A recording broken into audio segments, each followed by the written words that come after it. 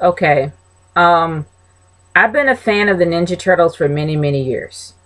Many years since I was a kid, even during the whole cheesy 80s era, even for the edgy 90s era, which it was a little bit darker and they went to dimensions.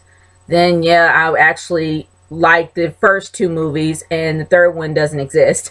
But regardless, and yes, I watched the new one and even the turtles were fun in that one even though the script was terrible.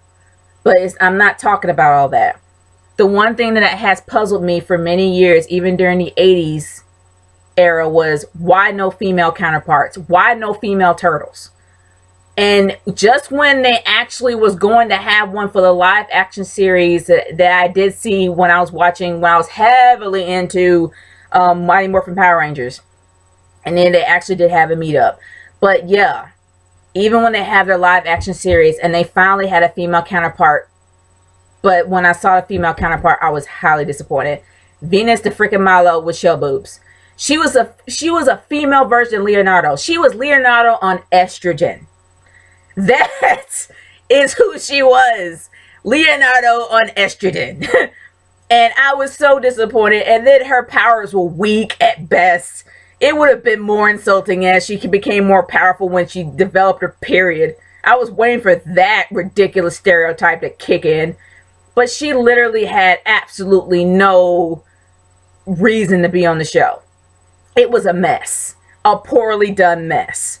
And it's like, for once, I guess from that mistake that they made, don't cut that off. Like, there's nothing wrong with having female counterparts for the turtles. Because it's just flat out weird. And it's flat out weird for them to be in love with humans in the first place because they're different species. Not to mention the fact that they really made it weird with this whole Donatello April O'Neil kiss, even though you can kind of tell that April does not like Donnie in that way. He's still in the friend zone, but the kiss that she gave him was a pity kiss, but the fact that it was on the lips, you're like, eh? But either or, why with humans? Like, seriously. I mean, they've done this even in the 80s. Not in the 80s, but they even did it in the early 90s when they had Raph fall in love with some other human, like some human female fighter or whatever. Like, she was this blonde chick. But besides all, I don't really understand. I don't understand at all. I don't really get it. I like the 80s because the 80s, they had their limits. Like, there was a reason when April kind of paired up with the turtles to hang out and whatever, and they were cool. They were friends. They were buddies, and it just stayed that way. But it wasn't the fact that it stayed that way. It was the fact that that was the relationship between those guys. They were just friends. But not only that, she helped him out. He helped her. They helped her out. And that was the relationship kind of worked in that way. But when you add kind of love into it, it's just weird.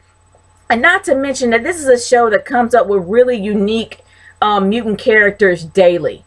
They come up with so many interesting, unique mutant characters with different powers that have some kind of relevance in the story itself. If you can come up with something like that, then why is it so hard to come up with female turtles? I take it back. They don't even have to be turtles. You're in the whole Dimension X angle now. Have them come from Dimension X. Dimension X don't have to be weird. It can be normal, like our universe, but in a other different kind of way. I mean, it can be changed around. So my question is this: why haven't they done it yet? Like, they don't have to be turtles. They can be other kinds of reptiles. Either or, they can be characters that can actually help them defeat the Krang.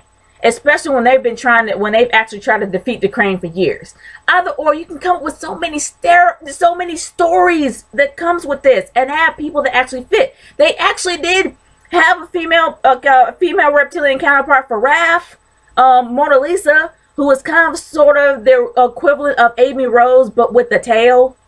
But even if she was like Amy Rose and she was extra clingy to Raph, she was still cool in the very end. And I liked her, but they didn't show her a lot. And then, I mean, it's just, there's so many things that they can do. And they could have came up with female counterparts for these guys years ago. They don't have to be human. They can actually be somebody more like them. And they can actually learn something from them. Either or, it could be a really cool story.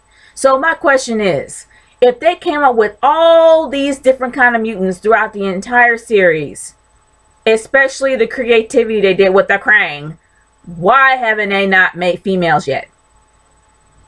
What's up with that? Seriously.